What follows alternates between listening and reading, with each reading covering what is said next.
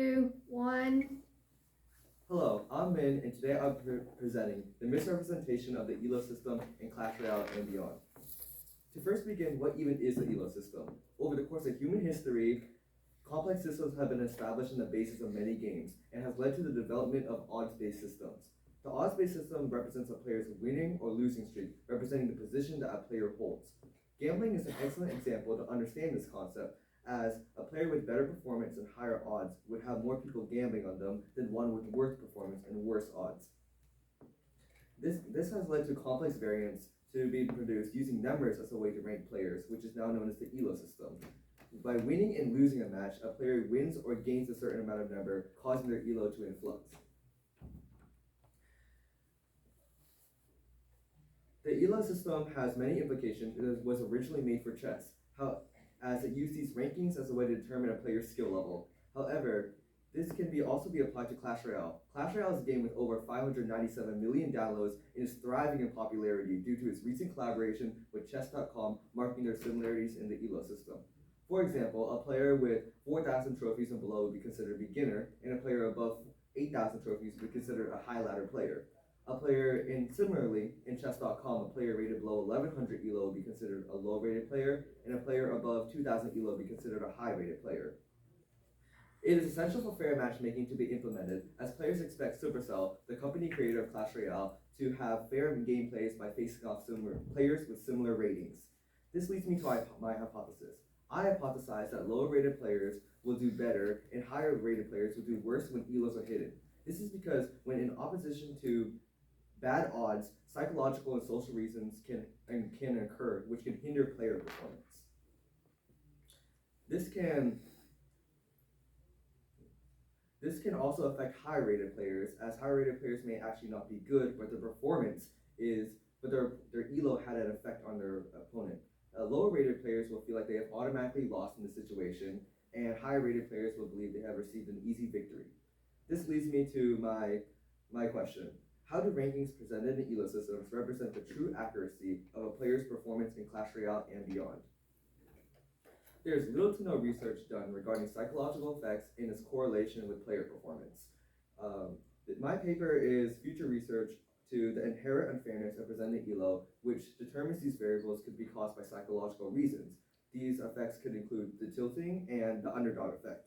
Tilting is when a player makes irrational actions and continues to lose, causing them to spiral out of control and continuously lose ELO. The underdog effect is when a player is in a bad position but somehow draws upon a social reason to overcome a skill disparity. Another psychological reason that could occur is stress. A research paper done by Fanny Banyai, a psychologist at Lorraine University, overviews the psychological interest of professional esports players in its relation to gambling. Gambling can be related to almost every single ELO system in existence. For example, a mindset of a gambler would believe that if I continue to gamble, I'll be able to gain my money back. Similarly, in Clash Royale, a player would believe if I continue to play, I'll be able to gain my ELO back. Although the two are different in comparison, both are similar, as both are putting a part of self-worth on the line. Banyai's paper continues to expand by overviewing that by simply having a break between matches, tilting can be avoided, as players can get their mind right before participating in the next match due to the high level of stress and the high level matchmaking between players. Though this is different from Clash Royale still has high level matchmaking, leading to stress, which can also lead to possible tilt, as expressed before. Although some of these psychological effects exist, some of these can be mitigated. For example, as Banyai said, by simply taking a break, tilting can be avoided. The underdog effect, however, is different from person to person, as not all players are playing for a social or just reason. For example, lower rated players in Clash Royale will be considered the underdogs. However, they are not playing for a social or just reason, leading them to have no support. However, this proves that the outcome of the game isn't completely skill dependent, but also has psychological effects that come as variables. Although it has many roles in other games and beyond, it wouldn't benefit the underdogs in this situation because the ELOs are hidden. This leads me to my gap. There is little to no research done regarding Clash Royale gameplay in the first place. However, a majority of research that has been done has been regarding the psychological effects that could affect players. For example, tilting and the underdog effect, and it has even expanded to even broader topics such as stress and performance issues. However, there's no research done between the correlation of the two and even the odds-based system itself. The odds-based system can be implemented in almost any single gameplay design, even through video games or in sports, leading to endless potential, but there's still nothing to do with this. Also, many of the gameplay research that is done is generally done in real life and especially through sports and not through video games. My first goal to my method was to choose a similar game related to chess, just as my peers' research. My research method included a mix of quantitative research done through the survey and observational done through the tournament. To simplify the game of Clash Royale, on the photo on the right, players are allowed to choose a certain deck of up to 8 cards, and they can, in different types of decks, require different types of strategies, known as archetypes. On the photo on the right, players are allowed to choose any of cards in the game cost a certain amount of elixir, and to play a certain amount of troops, there needs to be a required amount of elixir, as shown by the bar on the bottom. To win the game, a player must defeat more towers than the opponent after a certain time limit. Clash Royale also has a great selection of players, allowing me to choose a wide, diverse option and pool. I decided to hold a tournament with players of different ELOs where their ELOs would be hidden to help gauge my hypothesis. This was done to reduce the variables of psychological effects that occur, especially when facing off against a higher ranked player. The tournament would be held in a Swiss format, which I generated through SwissOnlineTournament.com, and it will have 3 rounds where in every round there would be a different matchup. I first released a Qualtrics survey in school to help gain my pool of players. This overviewed basic questions over a player's knowledge of the cards in the game, their rankings of trophies currently, and as far as they have progressed in Path to Legends. I then turned to Discord and Instagram to release my survey to, as I was lacking a wide variety of players, and I needed to gain more players for my main pool. I decided to divide my players into 4 categories: low ladder, mid ladder, high ladder, and top ladder. I cut off my players at top ladder because generally players of this category are considered professionals or even experts. I decided to choose the amount of players proportional to the amount of players in the game of Clash Royale. I decided to have 16 players, which was double the amount of my peers' prior research, and to ensure that players would perform at their best and try, I had a reward where players would be able to receive 10 cards of any of their choice, which would benefit a player's deck greatly. Figure 1 replaces all the players in my tournament with a letter to ensure that player information is kept anonymous and their ELO is hidden. I decided to have a more direct control over the matches as my peers' problems occurred when players were constantly roaming around and wouldn't have direct contact with the player, causing complications from trying to get everyone organized. So I decided to be more direct by ensuring when the matches would occur and assigning dates. My Discord server helped ensure contact, as it was a great way to be able to keep my pool of participants together and maintain contact. I decided to use Discord rather than the Clash Royale clan chat because it wasn't as efficient. I decided to have multiple game modes for players to participate, so they had multiple chances to perform at their best. These game modes included classic decks, a random archetype, which they can play in any of their choices, mirror battle, where players are given the same deck, and classic 1v1, where players are able to play any deck of their choosing. Clash Royale differs from chess, as chess has a program in their system which allows them to analyze when moves made in a match are good or bad. However, I found a way to overcome this gap by finding a website known as pixelcrux.com. This had a Clash Royale battle analysis software, which let me view players' decks and their win rates proportional to their plays. I decided to use this on significant plays made through the tournament, as it wasn't possible to fully analyze each and every move made in a tournament due to the variation of 109 different cards in Clash Royale. With this preparation, the tournament was ready to begin. Figure 2 represents the predicted results of the tournament. If we ensure that ELO is our absolute determiner of the game, we can make predicted results that the higher rated player will win and the lower rated player will lose. There are some interchangeable areas in this graph, as SwissOnlineTournament.com, the website, accounts for this randomness. For example, player D has more trophies than player J, but is ranked lower than player J. And for example, another one, player A has more trophies than ranks 2, 3, and 4, but is ranked lower. We can assume that player A was placed lower because due to high-level matchmaking. Player A must have went against more difficult players around the same range, rather than lower players, such as player I, who would have gotten easier wins with lower-rated players. However, this is inaccurate for many reasons. My research aims to prove that ELO isn't a perfect determiner of skill. By removing the aspect of viewing the opponent's skill level, it allows lower-rated players to avoid choking. Choking is when a player is in a favorable position but does one or two actions that causes them to lose the entire match. There is also different combinations of cards used in deck and the Path of Legends. Therefore, by balancing out the variables in the game, the lower rated players stand a chance against the higher rated players. These are my results from round 1. 1 in the center means a victory and 0 means a loss. I decided to look at other precarious situations known as comeback. Comeback is defined as when a player is winning a round after they spent most of it losing horribly, and a player somehow achieves victory. The matches were also played in this order.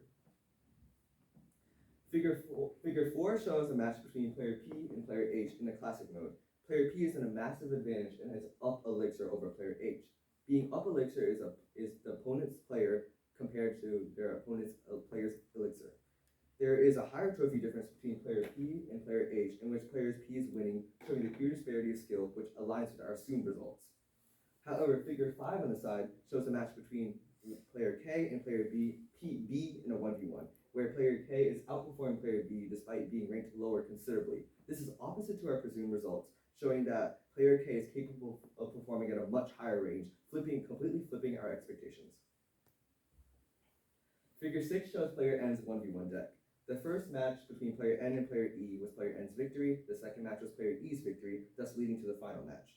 Player N is ranked much higher than player E. However, player N only has a win rate of 52% as shown above. This should mean that the match supposedly should have been equal as the trophy gap compared to the win rate. However, player N won this match very easily. This is due because of player N is assumed to have more difficult matches rather compared to player E due to the higher elo, meaning that player N must have played better. However, in this situation as shown above, player N has 11 losses, showing a sign of tilting as recognized before.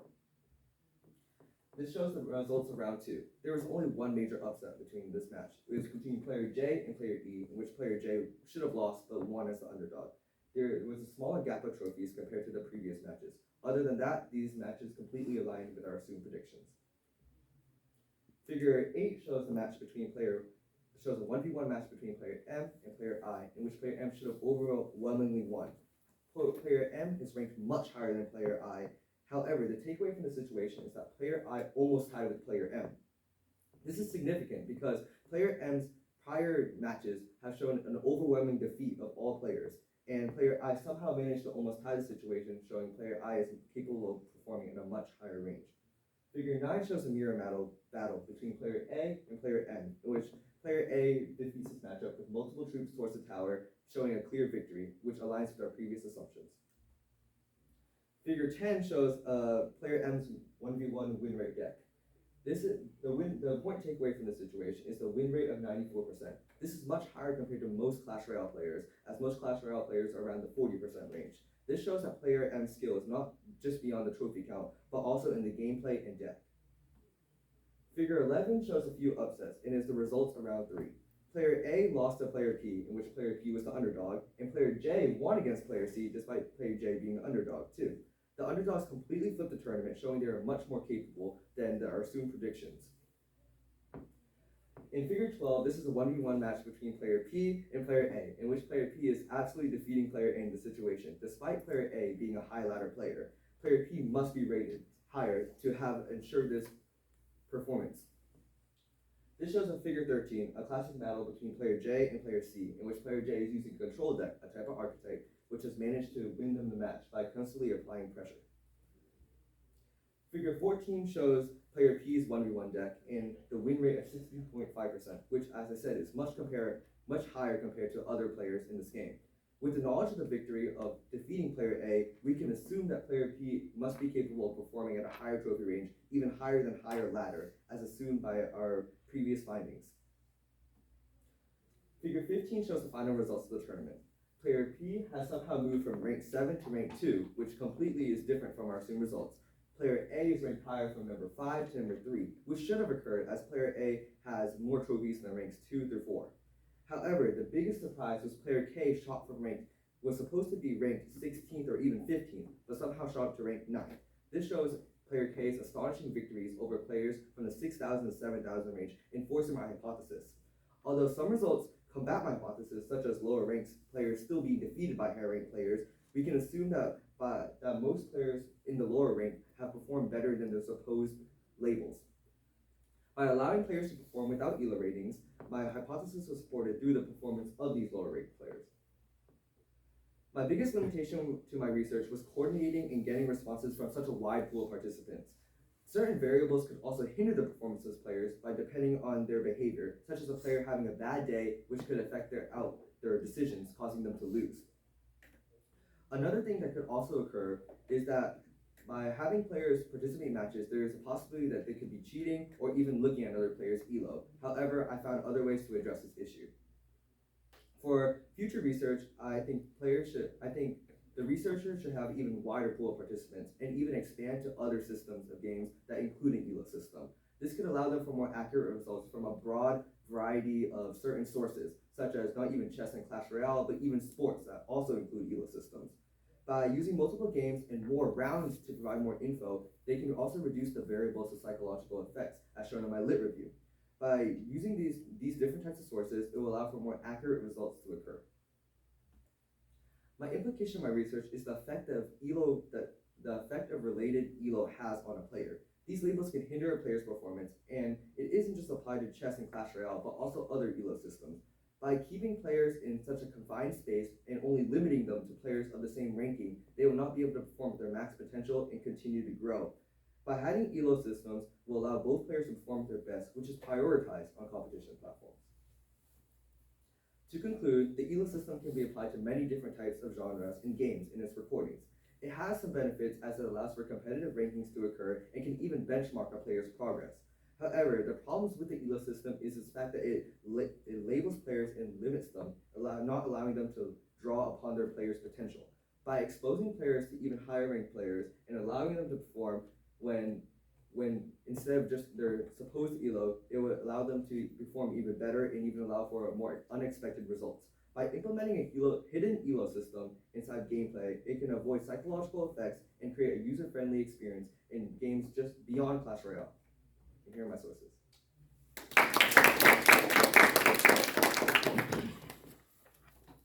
All right. How did the choices you made when designing or implementing your research method impact your research process? When designing my research process, I first initially designed to search up a player's clan ID, because every player in Clash Royale is given an ID, and my goal was to search up these players and add them to a tournament where it would be held. However, after more thorough research, I came upon that this feature was removed a long time ago, not allowing me to search up these features. Thus, I had to revise my process by assigning a clan code for players to join to even participate in this tournament. How do your findings provide direction for future research in the field? Well, my hypothesis was proven correctly through this research, as lower ranked players performed much more exceptionally better. By applying this for future research for even more rounds, this could also hinder my hypothesis or even improve my hypothesis, as this could expand to not only ELO systems in Clash Royale, but other sports, as I know baseball also has sports using ELO systems as a way to rank players. Okay, man, if you could revisit your research process, what would you do differently and why? I would have analyzed a little bit more into Path of Legends. Path of Legends is a similar ELO system like trophies in Clash Royale, but Path of Legends isn't as commonly played, but it acted as a second masking measure to ensure that if players were to cheat, it wouldn't affect a player's performance much, as these ELOs were hidden. But by allowing and revisiting the Path of Legends, I could compare these two ELO systems as both ways to determine a player's skill level and see if ELO really had an implication on these players as well. Okay, thank you.